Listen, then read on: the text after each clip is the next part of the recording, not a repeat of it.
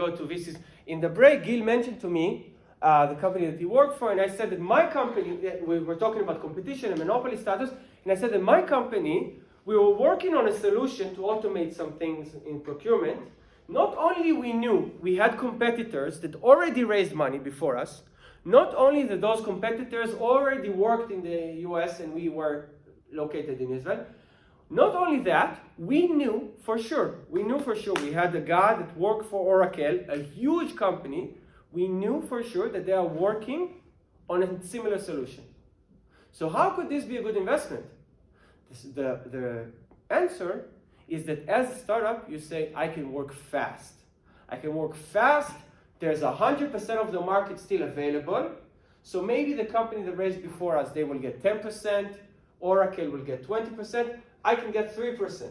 If I can get 3% of the money of the market, if this is enough for a big company, then that's a good investment. And what happened actually is we got 0.003% of the market, but that was enough for another company to say, it's good, we buy it. Because they tried to compete with Oracle and we were not trying to compete with Oracle. Right? So this is the speed of execution is a very important part of this industry. Okay, now I'll move on. Let's talk a little bit about venture capitals. So the market is structured in a way that is very clear who plays which game. And they play different games. So at the base, we have early stage. Early stage investors, a lot of them are private people, but some accelerators and some early stage venture capitals. They know that there's no information for them. They look at the quality of the founder, his personal experience. They look at if this industry is growing, if this is a good industry to invest in. They invest small amounts, and they invest in companies that don't have revenue yet or have very little revenue. Then you have another part of the market, which is companies that already found a need in the market to solve. So those companies already have a little bit of numbers, right? They can show we retain our customers 98%. Right? So those investors look for companies that found product market fit. They invest a little bit more money. And then at the end, you have the more traditional money market. So that's private equities and family offices and even the stock market and big investment firms. They invest in companies that already can show that the unit economics work and they can scale and everything. How does a VC work? So we mentioned that a VC might invest in 20 companies and might expect that only one of these companies would succeed. How this looks? This is very average numbers in the US, okay? So 50% of the companies that you invest in are zero.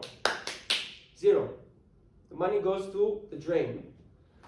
Then you have about a third that can return 1 to 2 times of the investment. Then maybe 1 or 2 of the companies that you invest in is actually your money. So this goes like this. 19 companies of the 20 you invested, they not even return the fund. You had a fund of 100 companies. 19 companies of the 20, $100 million, sorry.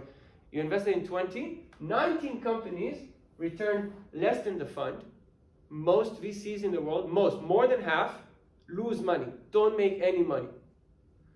And then one company, if you are very lucky, that company returns all your profit. And these numbers translate to 90% IRR, which is very good, right? Most VCs, they are lucky if they get to 5 or 10% IRR. There's not enough information for the investor. What actually is he looking at? How can he decide if he's going to invest? So every investor actually has his own investment thesis.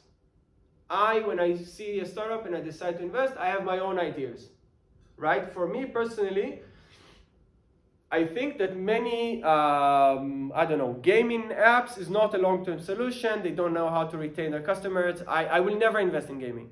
So every investor has his own investment thesis, but people use frameworks, of course. So let's talk about a few of the popular frameworks.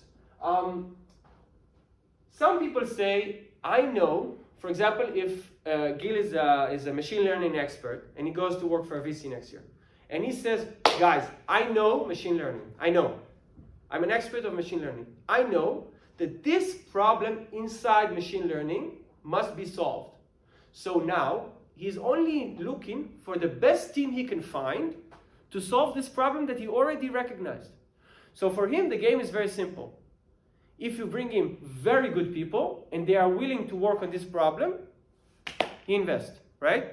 He's only looking for the best team available to work on this problem that he already knows he wants. So this is one approach. Another approach is looking at competitive advantages.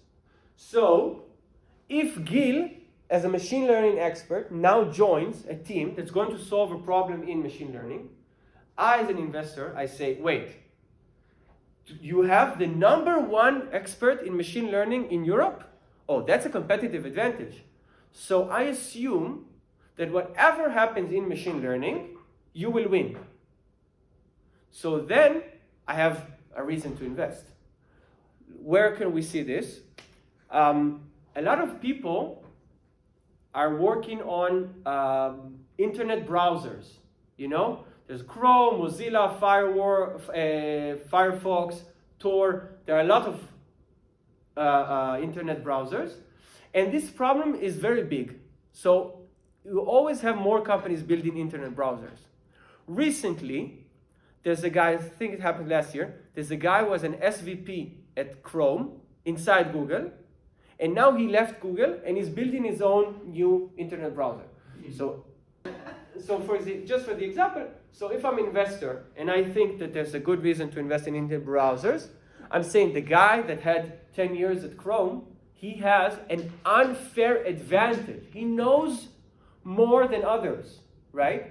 He has an unfair advantage over the market. He can win unfairly. I'm an investor, I'm looking for someone who can win. I don't care if it's fair or not, right? So this is a good way to look at startups. And something I personally quite like, obviously to do this, you need to be a very good investor. Because this company that has an unfair advantage, they know it. So they're going to take money from the best investor in the market, right? So to do this, you need to be a very good investor with a good brand. To do this, maybe not, right? You need to have only a good name inside machine learning, right? The rest of the market, you don't care. This is a more general approach. I kind of like it. It's called the 4 T's. So you say, when I look at the team, I say, how good are they as a team? How good is the timing? So is there something happening in the market, a regulation change, a technology change, something that's happening right now in the market that makes this a good investment? Do they have a tech advantage? Do they have good technology? And what is the total addressable market? Is this market growing? So let's take, internet browsers. So right now, if you think that more people are going to use browsers, so you say a lot of people in India, China, a lot of people in Africa now have personal computers and they didn't have 2 years ago. So this is a good time to build a browser. They have other needs. There's a good time to invest in browsers. So this would mean good timing. And then you're looking for a good team, obviously. You're looking for a team that can build a good browser, obviously, good tech. And your total addressable market is this growing? Yeah, are more people being born in Nigeria? Probably yes, right now, okay? If you want to invest in a company that does fax machines, it might be a great team with a great tech, but the timing is not very good, right? Fax machines are not a growing market. For me, the answer depends on how good you are as an investor. If you are the best investor in the world, you can always stay here, right? You can always say, I'm going to invest in the best entrepreneurs in the world. Second timers that built a huge company before, that are working on a huge problem. But only some can be here. So some of the investors have to create their own competitive advantage, meaning being very knowledgeable about a certain problem, gaming, okay, they have to understand gaming, and then find good teams that work on games. So I don't think there's one of them that can be better. It depends also, for example, if you're good with people, if you're an investor, and you're very good at reading people, you go into the meeting and you know if it's a good founder. But if you're very not good at interpersonal interactions, then you have to find other ways to evaluate your startups, right? Let's say like this: you need to be a smart person to be a good investor, right? You need to understand what you know, and you need to understand what you don't know. You can meet a startup and you say, it's a great team, they have a great timing, I cannot understand their tech. So maybe you would find an external expert to look at their technology. You need to improvise a little bit, right? Another example is that if you invest in Silicon Valley, you buy a lot less equity for the same money. The valuations are very high. If you take the same money and go to Paris, you invest in way better terms for the investor. Worse for the founder, better for the investor. So why not all investors go to Paris? Because some investors have a competitive advantage in San Francisco. They can access better founders. So you have to... An additional question. When you mentioned that the competitive function, you mentioned that example of the guy working in Rome, was it? Is that for the investors like also less profitable, that investment, because he's like better priced? Of course. If he's experienced and he's knowledgeable and he knows what he's doing, the founder, then he will require a higher valuation, of course. It's the same for the investor. Exactly, but the same for the investor. So there's a game. You try to make the best 20 investments you can, considering the team, the tech, the valuation that they are requiring,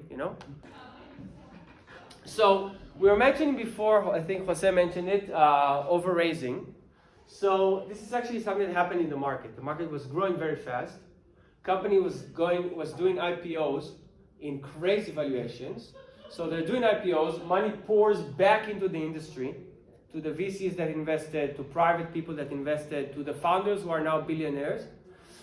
So this money pours back into the industry, increases valuations, right? The high tide lifts all boats.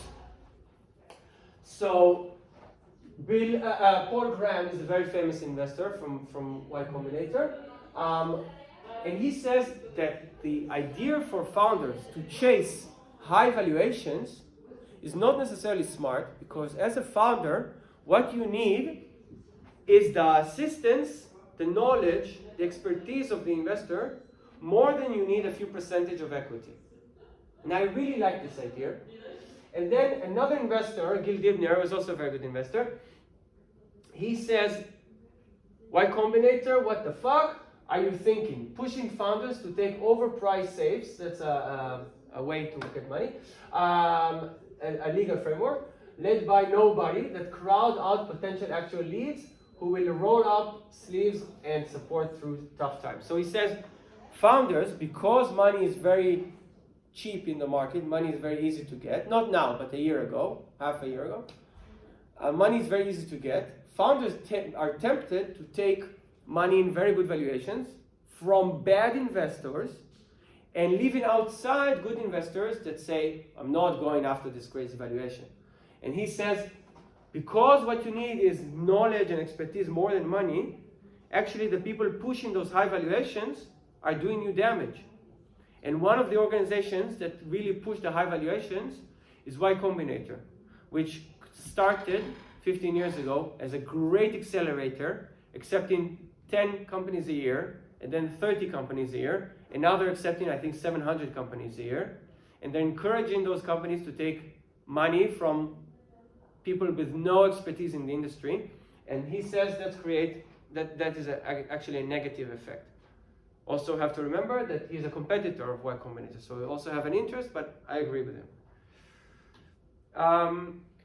Does that also mean that if valuation is not the most important thing?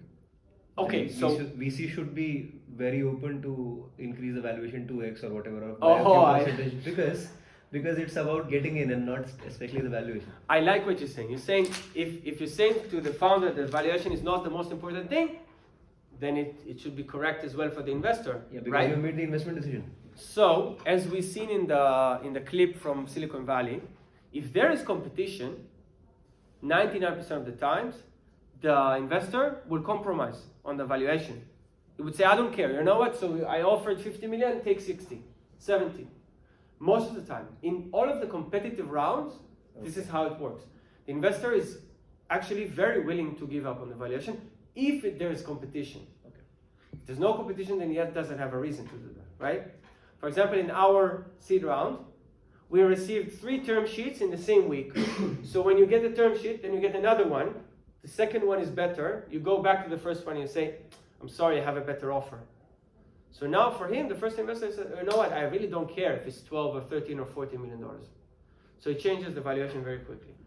But of course, that the more you raise for the less equity, of course, you're kind of drowning yourself because the next round would need to be much more expensive, right? So that's a risk for both the investors and. So that's true. As you increase the valuation, the minimum acceptable result increases as well. So again, if for my company, if we would raise on a valuation of 20 million, we could not have said we got an offer of 40 million, we would have to refuse. Because now it wouldn't be a good result anymore. But because we didn't go as high as we could actually get to 20 million in the seed round. Because we stopped at some point, we said we don't want to get a higher valuation, we had the opportunity to sell earlier. You see, so it's a game, you never know, but that's a game. Okay, so I'm just finishing this idea. Like any market, VC market is also a competitive market, and you have to look at the investor and say, is she the best investor that I can take money from? If you are a first timer and you don't have enough advantages, then maybe you would have to compromise. But if you have more than one offer, you have to consider and you have to understand that not all money was born equal. This is not communism. Okay? And how do you evaluate investor that's in front of you? You can, first of all, the easiest thing is to research their portfolio, because that's public information. You go on the VC website, or if it's an angel investor, his LinkedIn would sometimes say what companies he invested in, and you see, are those good companies?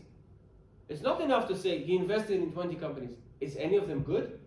Is any of them growing and succeeding and creating revenue, or did an exit? So you have to research the portfolio. You have to interview people that already took money from this person or from this company. Ask them to introduce you to founders, and ask those founders if it's a good investor. See if the person that is in front of you knows your space, right? If you have a startup in machine learning, and the venture capital that you are going to take money from is employing Gil, who's our expert on machine learning, that's a good sign, right? That means that they understand my space. Introductions.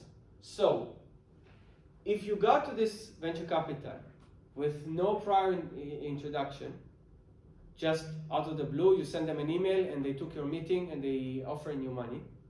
This means that they don't have a good network and they don't have better offers. What if there's no guard at the gate, anybody can come in? So the chances that the good startups are coming into this VC are lower, right? So again, it's a game of signals. If the VC is hard to get, if they take meetings from important people, then the chances they have that they are a good investor are higher. So what you need to do is work on your network that will get you intros to the people that are hard to get to. It's part of the game. And expertise in this space. So those things are important. We talked about this. This actually is not super interesting, but the common model is that the VC takes, if they raise $100 million to invest in startups, they take $2 million for their management, right, to pay salaries and get the office, and they take 20% of the profit. That's the popular model. Works as an associate at another VC, right? Who are the people you're drinking beer with? Are associates in other venture capitals. And you go to a dinner together and you say, oh, I saw this crazy startup. They're so stupid. They gave a very bad pitch. And your friend that works for a better VC said, oh, really? What's their name? Come on, people talk, you know? It's a small world. But I mean, I think that the way it's supposed to be said is like, let's suppose you already pitched it to your grandparents or whatever you want, and then you have a list of pieces you're interested in. Let's just put it in order. Maybe the most important at the end. But you already practiced. You're not gonna go to make a ridicule. But maybe it's not as.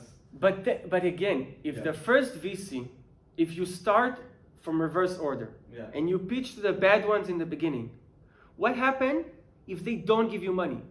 The other ones, the chances that the other ones will give you money goes down, not up. From my experience, practice on knowledgeable people that are willing to help you. Maybe you can find an angel investor that is willing to listen to your pitch. He doesn't need a very good pitch. He knows you, he knows your, I don't know, from your previous job, and he's willing to give you $20,000 for you to start. And then you use him to practice your pitch. That's a very good way to start. That's how we started. But to practice on real VCs that you think are not good, assuming that they will give you good feedback, it sounds to me like a very slim, a very, very weird idea. If they are bad VCs, how can they give you good feedback? So this whole idea sounds to me very weird. Doesn't make sense to me. Okay. But maybe I'm wrong, okay? I'm not, but... So what is the best practice to get feedback before going The best method, what I want to talk about is private investors. So for me, the best way to hack the system is to use private investors. You find people that made money in the industry. They are good because they made money in the industry. They had a company which they built and then sold, and they know the game. And they are willing to invest some private money, and they like you, just because they like you. Sometimes people invest in companies because they play tennis together. Sometimes people invest in companies because they have family relationship. You know, those are private people. They don't work with rules. They invest in what they want. So it's enough sometimes to be cool and to have this investor believe in you personally, and then this person can give you from his knowledge and help you. And this idea is very important for me to talk about, because this is really what happened to us. For us, we had, as I said, me and my co-founder, we had a company that was not a tech company, it was a services agency. And we didn't know how to play this game, how to talk, how to make our LinkedIn look nice. But once we found some people that said, oh, these people have some hustle, they built a non-tech business, they made some money, they like that. Those are people that like hustle, right? That's what they like. That's what's cool for them. So they liked us, and they decided to give us money, just a little bit, $500,000, from a group of like 10 people. And those 10 people met with us frequently, and they told us, listen, when you say this, people hear this. And this is something that is not, unfortunately, I don't think you can find on the internet, how to speak this lingo, you know? So I really, really recommend for first-time founders to try and find private investors to work with them. I think this is a very good way to hack the system.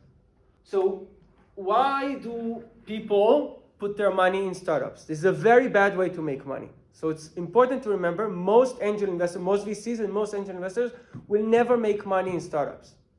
The good angel investors that I know have enough money that it doesn't matter what they do with their investments. It's not going to change their financial situation, right? Some of the people that are in the syndicate, I'm not rich enough to say this, but some of the people that are in the angel syndicate with me, they have $200 million.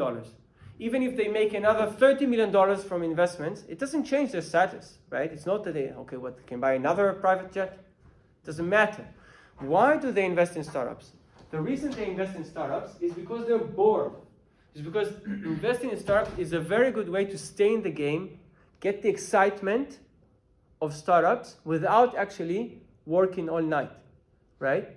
So this is actually the motivation for most of the angel investors, to stay in the game, to enjoy the feeling of creation, while this not actually be your responsibility. So angel investors often work on their own private interest. They invest in what they like, they don't invest in what they don't like. Which means they will be less dependable too, even after investment? Can one say that? Yeah, I think so. Okay. And also it's obviously affected by the developments of the recent 15 years. Social media, it's very easy to communicate, very easy to share information. Y Combinator, all of their knowledge in this library is available for free on YouTube. All of their knowledge. All of the lectures on Y Combinator are available for free on YouTube. So actually there's no reason to give them 7% of your company. You can just go on YouTube and watch those lectures, right? So all of this idea of sharing information is very easy right now, and people are more fast to work with each other online, and this contributes to the industry of private investors. Back to this. Why do people invest, and what do founders need to look for in private investors? So focus on relationship. So who can give you knowledge and help you? If you're doing B2B, you take money from people that did B2B because they know more, right? Avoid people that insist on stupid things. You come to meet me and not over Zoom. You use my contract and yours. Show me this Excel and show me this Excel. Those are time waste, and it signals that the person in front of you is not an expert from the industry. Look for people that founded, not worked for, not advised, founded companies in your space. Make reference calls, as I said, from people that already took money from those investors. Experience as a founder is very significant because eventually most of your problems are how to get this employee to work for me. This is a founding problem, not a professional problem, right? So founding experience is very important. Understand the motivation of the person in front of you. And this is the last sentence I like because you need to remember that for him, you cannot compete with his investment in the S&P 500. You're not competing with his portfolio. You're competing with his tennis game. You're competing with his children on his time and attention. And he's him or her, the private investor in front of you, he's looking to enjoy he's looking for enjoyment, for excitement. So if you provide him access to your journey, that's a solution for him, right? Sometimes I talk to founders and they reply to my email 3 days after, and then they schedule a meeting for 2 weeks forward. And it shows that they don't understand. They don't understand that they compete with my hobby because I watch football every day. I go to swim every 3 days. If they talk to me every 2 weeks, they cannot compete with my hobbies, right? So the founder needs to understand the motivation of the person in front of him. And if you're competing with someone with his hobbies and not with his portfolio, you need to act like his hobbies. Share your experience and not schedule meeting every month and just tell him, oh, this is our numbers. So it's a personal relationship. Accelerators. I can sum up this whole slide in one word. Accelerators used to be something very important, was a hub of knowledge. This doesn't exist anymore. Because today, as we said, knowledge is free. So today, actually, accelerators are a way to signal to the market, I couldn't get a good angel investor. I couldn't get a good VC. I went to the supermarket. Accelerators are a supermarket of money. Everybody can come in, right? You have to just submit your idea, go through a very short interview and you're in. And they take 6 or 7 or 10%. It's a signal to the market that you are a bad founder. So I think accelerators are really declining in their effect. They still may be important for people that are completely not in the industry and they need a stepping stone to get in. So for people that are super young or immigrants, they don't have a network in the country where they're trying to work, maybe for them accelerators are still useful, but for everybody else it's a bad signal. So it's a negative signal and not a positive one. Another few signals. So, small investment. When you take money from private investors, the amounts are smaller. So the time that it takes to make the deal should be very short. If a private investor is talking to you for 3 months, he's never going to invest. If he would want to invest, he would invest in the first 3 weeks. The time it takes to make the investment needs to be short. The legal documents needs to be brief. Everybody today in France, there's a alternative to the American safe. It's called BSA Air. That's popular in France. But those are documents of 2 pages, 3 pages. You don't need lawyers. Just sign the contract. So it helps to shorten the process. Private investors, very rarely you would have to give up a board seat. I'm not going to talk about boards of startups, it's not interesting, but if someone is requiring a board seat, it's a negative signal for him as an investor. You have to work on your network. You have to get people to know you, to like you, to make introductions for you. This is a very personal game. Very personal game. This is interesting. So it's actually not nice to say, because if someone from the MBA is going to work for a VC, he's going to be an associate. At the best case, he's going to be a principal. The best advice is to never talk with associates and principals as a founder. Never. If someone is not a partner is reaching out to you, say we want to see your startup, the best reply is no.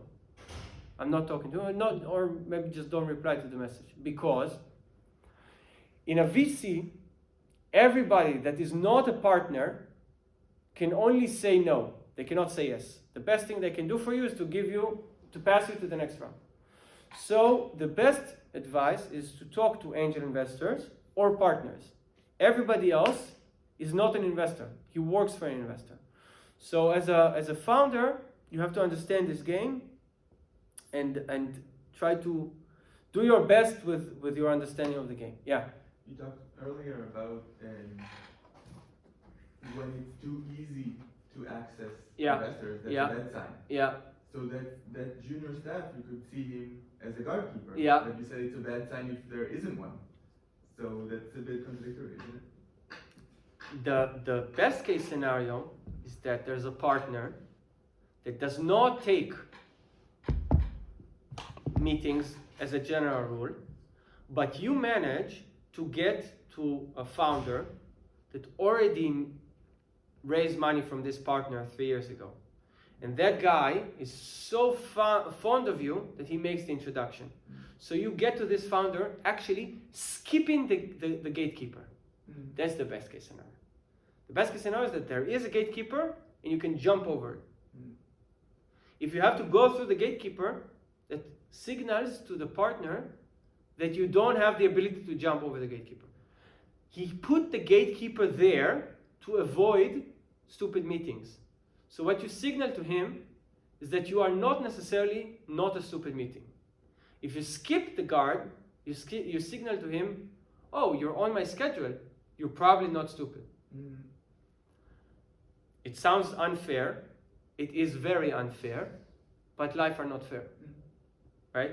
So, just to clarify, so having great interest in your startup from a principal or somebody does not help you much beyond possibly getting a look in from the angel or partner. Is that? I'm not like sure. The intensity of the interest that a partner shows in your this thing. Yeah. Does that change things when you finally get to the intensity of the interest that the principal shows in your startup? Right? Because you initially said they can only say no. So if, of course, some startups went through the gatekeeper, of course. Not everybody got directly to the partner, of course. If you get to the associate or the principal, the best case scenario is that person is in love with you.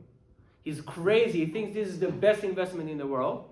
And he runs out to the next room and he says, oh my God, you have to meet this startup. So now he pitches your startup to his boss. So it can happen. But just from saying this, you understand it's very rare. He needs to be enthusiastic, excited about your startup so much that he goes to his boss and he says, I'm willing to put my head on the line, my job on the line, for you to invest in this company. So you're now talking through a third party. Can this happen? Yes, it can happen, but it's quite rare, right?